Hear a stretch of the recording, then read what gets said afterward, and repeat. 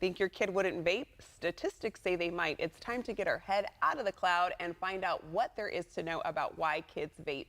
Here to enlighten us this morning is American Lung Association National Spokesperson, Dr. Albert Rizzo. Thank you so much for joining us this morning, Doctor. Thank you for the opportunity. Yeah, so I wanted to ask you, do you think vaping is being specifically targeted towards our youth?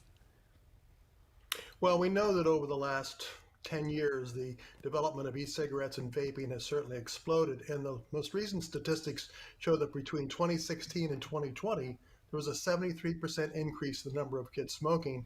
And right now, there's a little over 2 million kids who are using vaping devices. So yes, it is a concern that we have another generation becoming addicted to nicotine products. Yeah, do you think the pandemic at all played a part in that with kids being at home more frequently? Well, it's hard to say because COVID led to people staying at home and maybe less peer pressure than we otherwise would see Mm, at school. So mhm. children in the age to 10 to 14 years, which we're targeting, are affected by peer pressure. And that peer pressure may have been different being at home as compared to in school. But the stresses of just going through COVID and at that age group probably are one of the main reasons that vaping was picked up by this age group. Yeah. And we know this is an important age group for parents to be involved to make some impressions. Yeah, so why is it important for parents to talk to their kids about the vaping risks? Well, the natural feeling is that, oh, my kid doesn't vape or good kids don't vape. And that was our first program of, as you mentioned, get your head out of the clouds and talk to your children.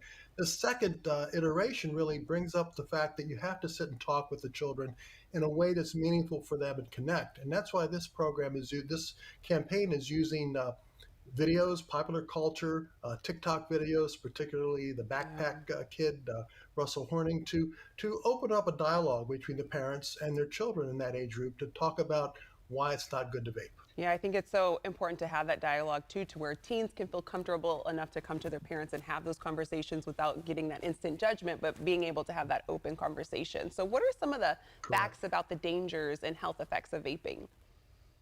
Well, the important thing is remember these emissions are not just water vapor. They contain chemicals the same way tobacco smoke from a cigarette contains harmful products that affect the lung, affect brain development, and importantly have nicotine, which is the biggest addicting component of this.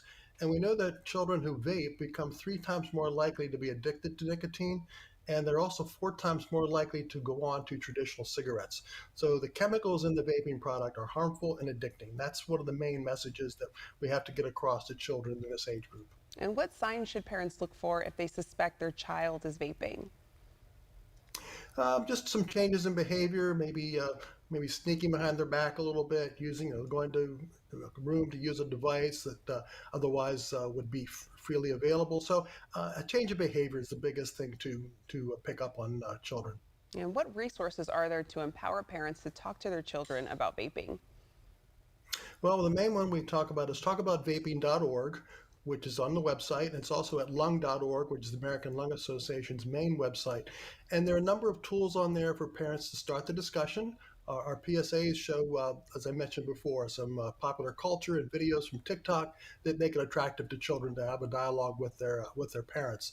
And there's a lot of help about how to talk to your children at those websites. So talkaboutvaping.org is the main place to go. And, Doctor, why is it important that parents have these conversations with their kids before they go back to school?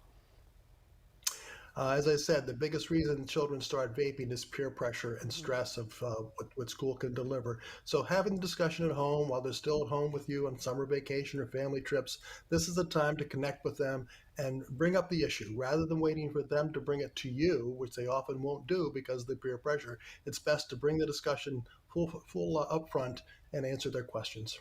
All very helpful information. Dr. Rizzo, thank you so much for joining us this morning. And like he said, to start the conversation, visit talkaboutvaping.org.